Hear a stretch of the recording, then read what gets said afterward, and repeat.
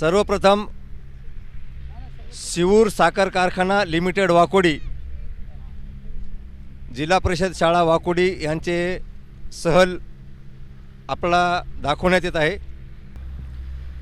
सर्वप्रथम कारखाना क्षेत्रामध्ये सुरुवातीला असते गेट, सुरक्षा गेट। आपण जिथून आलात, आपण कुठून आलात? सुरक्षा गेटमधून। त्याच्यानंतर सर्वप्रथम आपण ऊसाचा, शेतकऱ्याचा ऊस कारखान्यामध्ये आल्याच्या नंतर काट्यावर जातो। वजन काटा आहे तिकडं,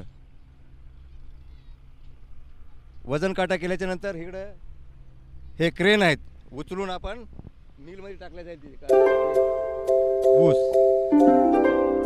आता सुरुवातीला 2 ग्रुप करायचे, 2 ग्रुप केल्याच्या नंतर घेतो ना।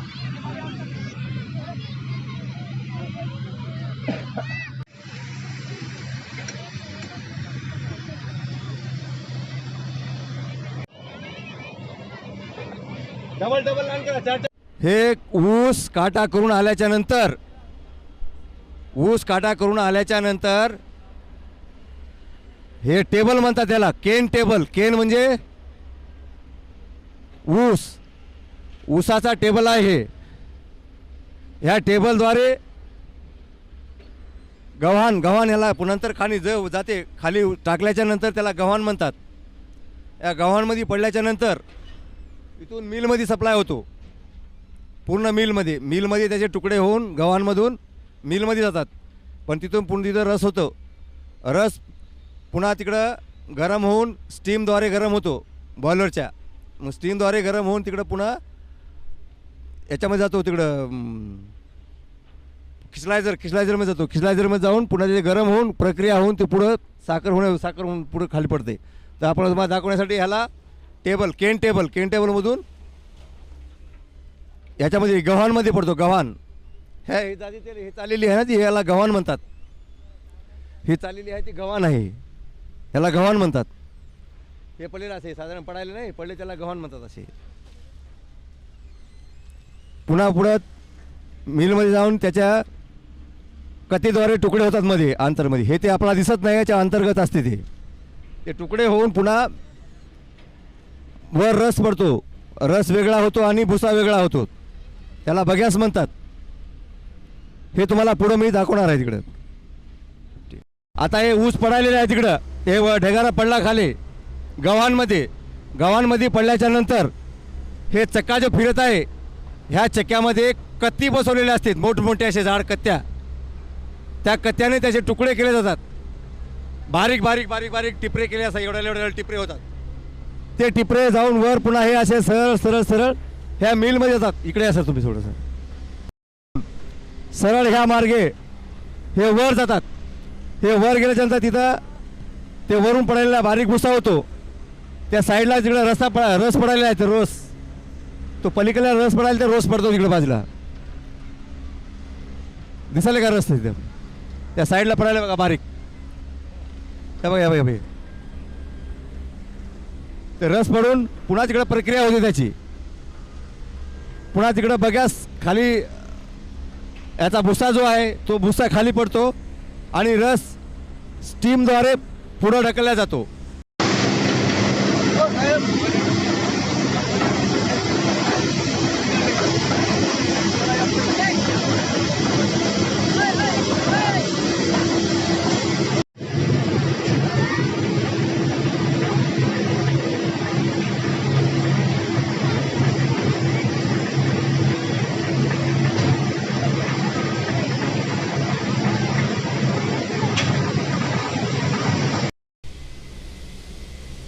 तिथून तुकडे होऊन रस ऊस वर आल्याच्या नंतर बारीक होऊन हे ह्याच्याद्वारे वर जातो। हे मिल आहे, याला मिल म्हणतात याला मिल। ह्या मिलमध्ये वर जाऊन रस्सा खाली पडतो, रस त्या साईडला पडलेला आहे तिकडं वर ते दिसायला का रस तुम्हाला? ते वर पडायला बघा तिकडे बारका रस, त्या रस तो रस तिकडं स्टीमद्वारे वर पॅनमध्ये जातो. पॅनमध्ये त्यांना स्टीम भेटते, स्टीम बॉयलरची स्टीम. त्या स्टीममध्ये पुन्हा केमिकल मिसळून त्याचा साखरेमध्ये प्रमाण केले जाते. बघा मुलं, इकडे लक्ष द्या. तिकडून आल्याच्या नंतर हे चाललेला वर आहे, रसाचं पूर्ण प्रमाण तिकडे जातो पॅनमध्ये. रस जो आहे ऊसाचा तो पॅनमध्ये जातो आणि बाकीचा जे भुसा आहे ऊसाचा ते पूर्ण जाऊन पूर्ण वर रिटर्नमध्ये असं पूर्ण हे वरची प्रक्रिया जाऊन बॉयलरमध्ये जातो. बॉयलरमध्ये गेल्याच्या नंतर आपल्याला कोणतेही कार्यक्रम चालवता वेळेस आपला स्टीम तयार लागते. काही करता वेळेस ज्याप्रमाणे आपण ऊसाचा गुळ करतो, गुळाला आपण गरम करतो, पाक करतो, रस करतो, पुन्हा त्या पाकापासून आपण गुळ तयार करतो. तशा प्रकारे हा जो आहे बॉयलरमध्ये जातो भुसा. जेवढा आपल्याला लागेल स्टीम तयार करण्यासाठी, वीज तयार केल्याच्या नंतर जेवढा आपल्याला विजेसाठी लागेल तेवढा आपण घेतो आणि बाकीचा बाहेर दिला जातो.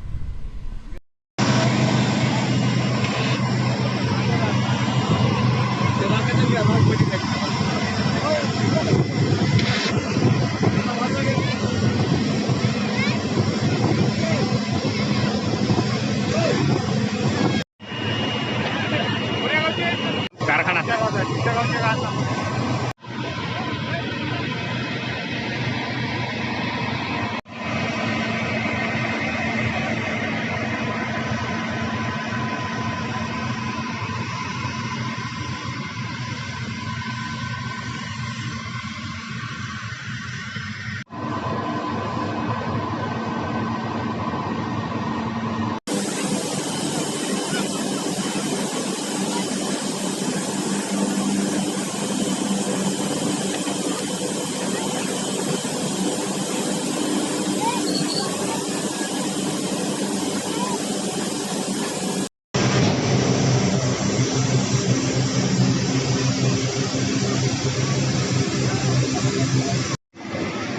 इकडे बघा, इकडे लक्ष द्या.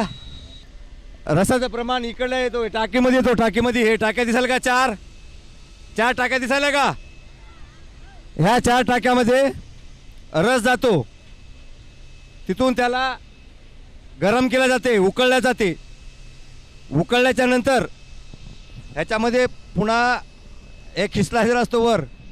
त्या खिसलायझरमध्ये जाऊन त्याच्यामध्ये पूर्ण गाढ जाऊन हलवतं. असं खालीवर होतो. त्याला पूर्ण खिसलायझरमध्ये फिरवले जाते, गाढ केल्या जाते. गाढ केल्याच्या नंतर साखर तयार होते बारीक.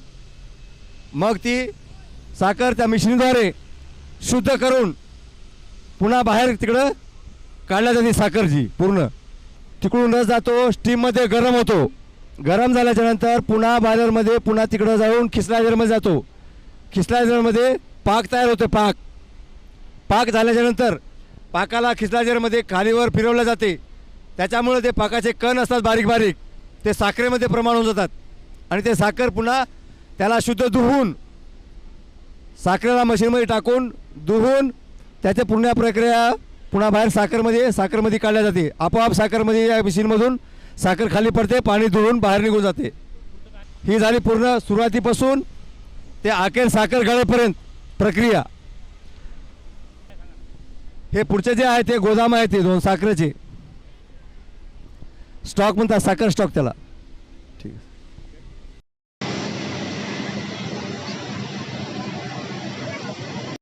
हे तिकडे गेलेले तिकडून साखर ही मशीन आहे. ती वर दिसाली का? ती 3 अशी दिसालेली ती साखर आहे. तिथं साखर तयार होते.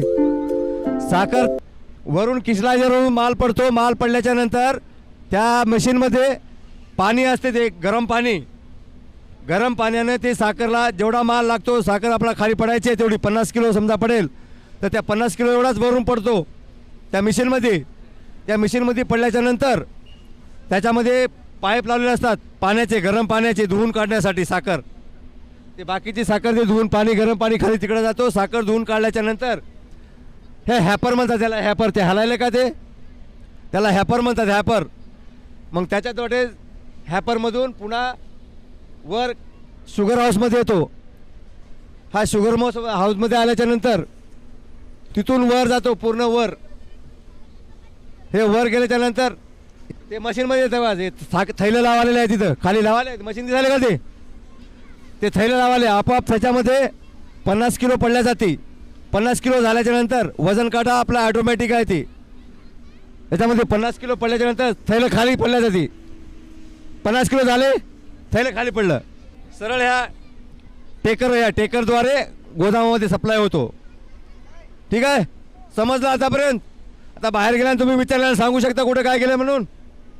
ठीक आहे, काय हरकत नाही. जिल्हा परिषद प्राथमिक शाळा वाकोडी इयत्ता 1 ते 4 या विद्यार्थ्यांची क्षेत्रभेट म्हणून आमच्या येथील शिवूर साखर कारखाना लिमिटेड वाकोडी या कारखान्यास आज भेट देण्यासाठी आम्ही इथे क्षेत्रभेट देण्यासाठी आलेलो आहोत.